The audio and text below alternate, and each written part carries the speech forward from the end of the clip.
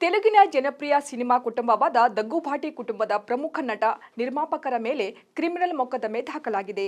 ನಟರಾದ ರಾಣಾ ದಗ್ಗುಬಾಟಿ, ವೆಂಕಟೇಶ್ ಅಭಿರಾಮ್ ದಗ್ಗುಬಾಟಿ ಹಾಗೂ ಅವರ ಸಹೋದರ ನಿರ್ಮಾಪಕ ಸುರೇಶ್ ಬಾಬು ವಿರುದ್ಧ ಕಳ್ಳತನ, ಗೂಂಡಾವರ್ತನೆ ಮತ್ತು ಅಕ್ರಮವಾಗಿ ಕಟ್ಟಡ ನೆಲಸಮ ಮಾಡಿದ ಆರೋಪ ಹೊರಿಸಲಾಗಿದೆ. ಈ ನಾಲ್ವರ ವಿರುದ್ಧ ಫಿಲ್ಮ್ ನಗರ್ ಪೊಲೀಸ್ ಠಾಣೆಯಲ್ಲಿ ಕ್ರಿಮಿನಲ್ ಕೇಸ್ ದಾಖಲಾಗಿದೆ.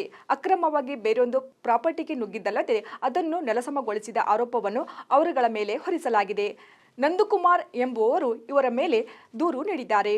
ಫಿಲ್ಮ್ ನಗರ್ನಲ್ಲಿರುವ ಡೆಕ್ಕನ್ ಕಿಚನ್ ಹೆಸರಿನ ಹೋಟೆಲ್ ಅನ್ನು ರಾಣಾ, ವೆಂಕಟೇಶ್, ಸುರೇಶ್ ಬಾಬು ಮತ್ತು ಅಭಿರಾಮ್ ಅವರುಗಳನ್ನು ಅಕ್ರಮವಾಗಿ ನೆಲಸಮ ಮಾಡಿದ್ದಾರೆ ಎಂದು ಹೋಟೆಲ್ನ ಮಾಲೀಕ ನಂದಕುಮಾರ್ ಆರೋಪ ಮಾಡಿದ್ದಾರೆ.